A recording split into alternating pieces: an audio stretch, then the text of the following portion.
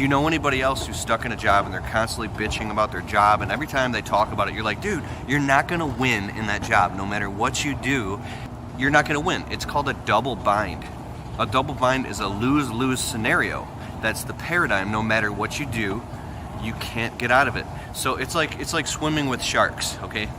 You swim with sharks, you get your arm ripped off, you jump out. Yeah, but maybe one day one of those sharks will turn nice and change, right? So you jump in there and you think by trying harder or crying harder or suffering harder or seeing it through that maybe one day it will change.